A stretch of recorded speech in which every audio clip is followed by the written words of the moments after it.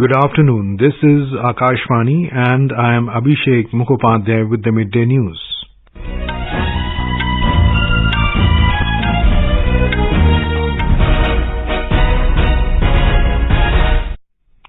The headlines.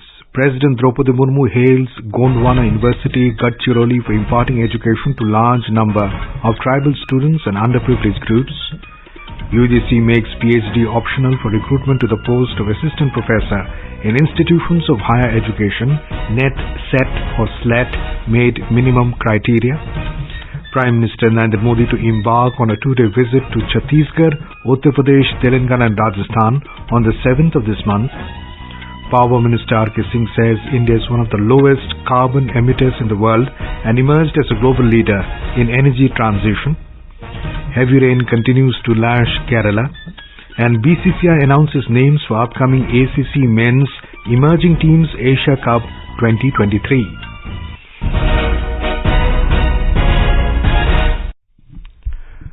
President Droupadi Murmu has hailed Gondwana University, Gadchiroli in Maharashtra for imparting education to a large number of tribal students and underprivileged groups. Addressing the 10th convocation of the university today, the President expressed satisfaction that Gondwana University is working for development and protection of forest resources, mineral resources, art of tribal community, local art and culture in this area.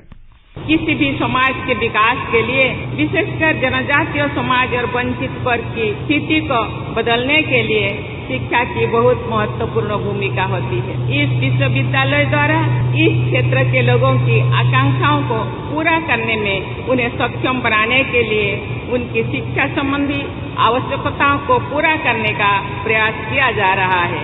इस विश्वविद्यालय में बड़ी संख्या में जनजातीय समुदाय के विद्यार्थियों भी शिक्षा प्राप्त कर रहे हैं और आज लगभग 3,200 जनजातीय समाज के विद्यार्थियों को उपाधियां प्रदान की गई है।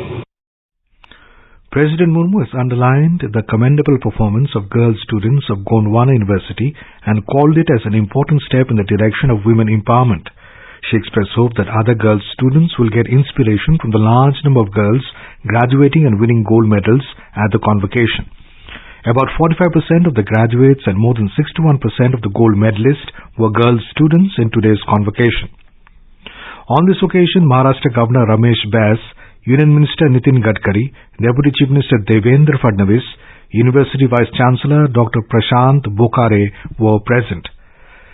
Addressing the convocation, the President noted that courses like bamboo craft, forest management have been started in Gondwana University to promote experiential learning, and Tribal Research Center is also functioning in this university. She said this is her first visit to Maharashtra after assuming office of the President, and the first program during this visit is the convocation ceremony related to the youth. The President informed that she has been communicating with the particularly vulnerable tribal groups, PVTGs, from time to time, and last month she had invited the members of this tribal community at the Rashtrapati Bhavan. The lifestyle of these tribal groups living in harmonious relationship with nature is amazing.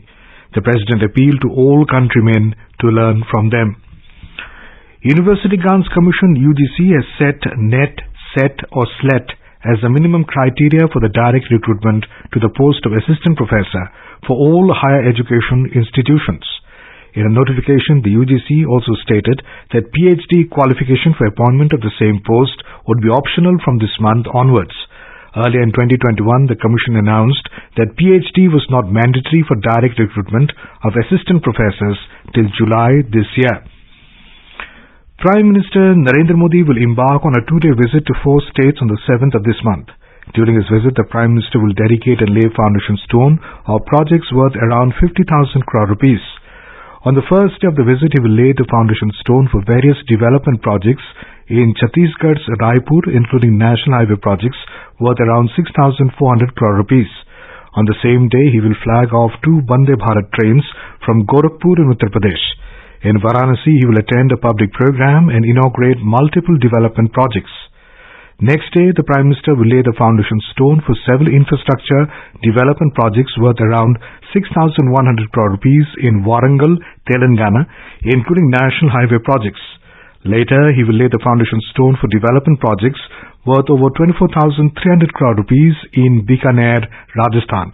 Mr. Modi will also dedicate a new 30-bedded employees state insurance corporation hospital there. India is one of the lowest carbon emitters in the world, and it has emerged as a world leader in energy transition. This was stated by Power Minister R K Singh while inaugurating the first international conference on green hydrogen in New Delhi today. Mr. Singh said that the country had aimed at reducing the emissions intensity of its GDP by 30% by 2030, which has been achieved 9 years in advance. He said the government is running programs including the Ujala scheme related to LED bulbs, which are world-leading initiatives in carbon emission reduction. Mr. Singh said India has also achieved its COP21 pledge related to the nationally determined contribution 9 years in advance. Stressing upon India's achievements in the renewable energy sector, the minister urged the industry from across the world to be part of India's national green hydrogen mission. He added that India is the biggest market outside China in the renewable energy space. Talking about creating a global market for green hydrogen, the minister said the world should practice free trade and not indulge in protectionist measures.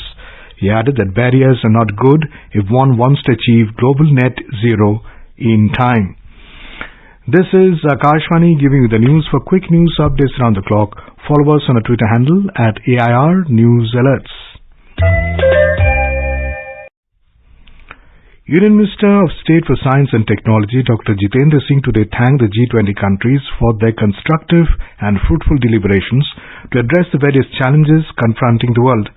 In his concluding remarks at the G20 Research Ministers meeting, Dr. Jitendra Singh expressed satisfaction that during the RIIG meetings, member states discussed various topics including challenges related to energy materials and devices, solar energy utilization, and photovoltaic technology and materials and processes for green energy.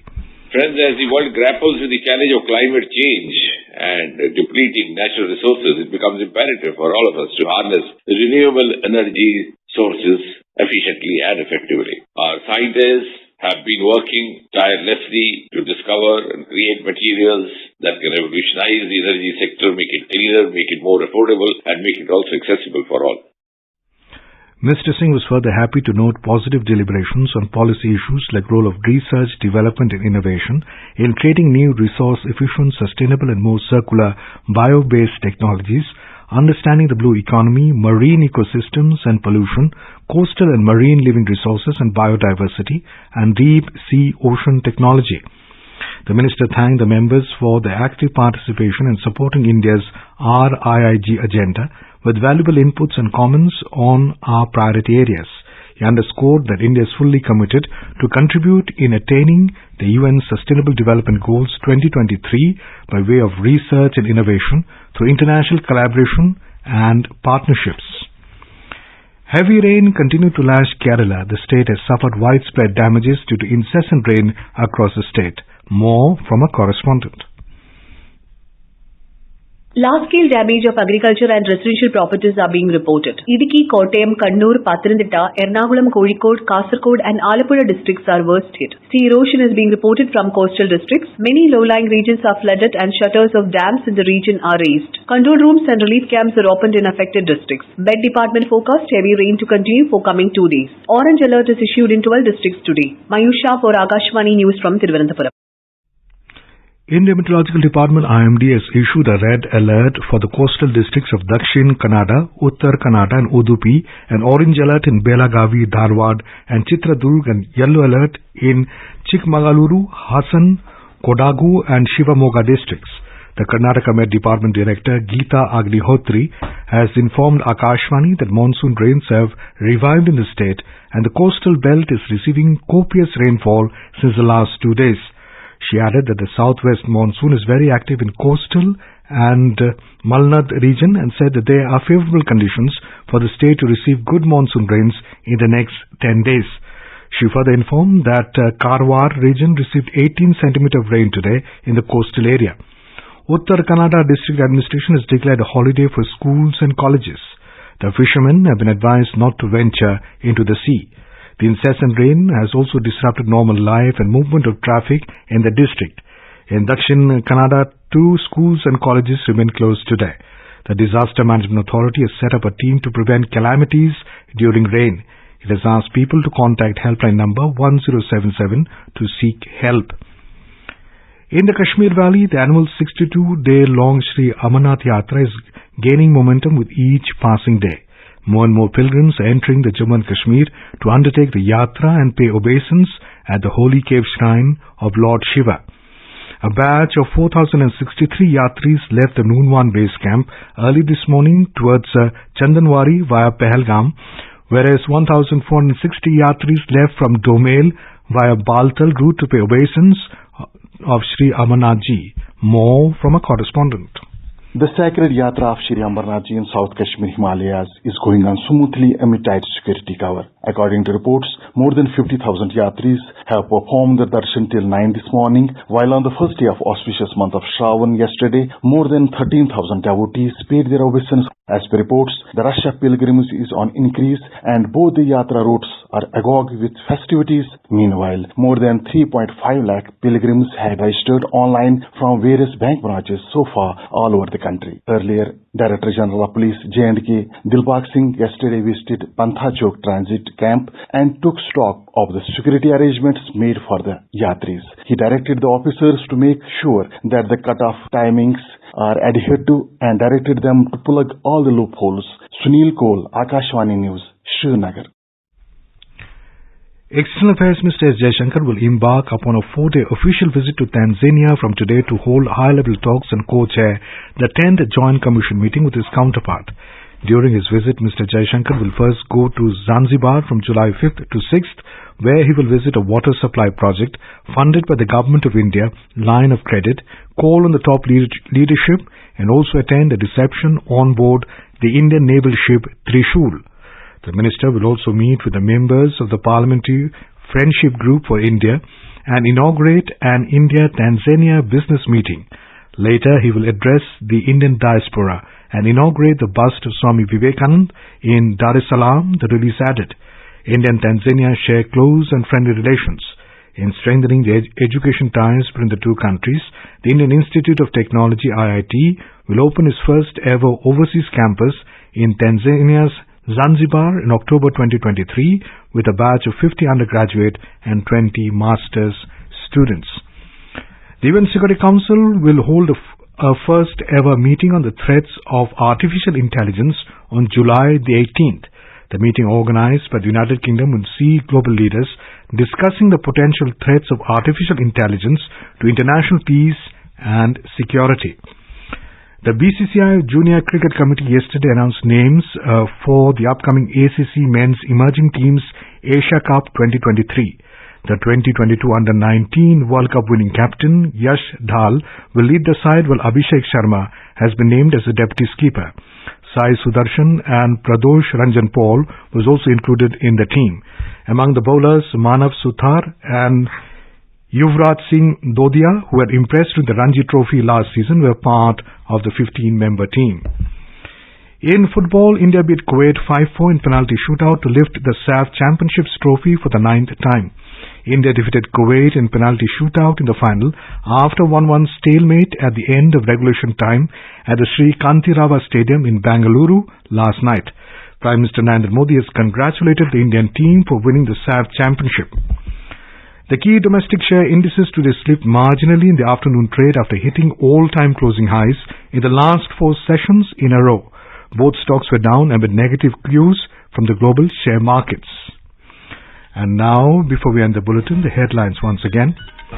President Droupadi Murmu hails Gondwana University, Gadchiroli for imparting education to large number of tribal students and underprivileged groups. UGC makes PhD optional for recruitment to the post of assistant professor in institutions of higher education. NET, SET or SLET made minimum criteria. Prime Minister Narendra Modi to embark on a 2-day visit to Chhattisgarh, Uttar Pradesh, Telangana and Rajasthan on the 7th of this month. Power Minister R K Singh says India is one of the lowest carbon emitters in the world and emerged as global leader in energy transition. Heavy rain continues to lash Kerala. And BCCI announces names for upcoming ACC Men's Emerging Teams Asia Cup 2023. And with that we end the Midday News.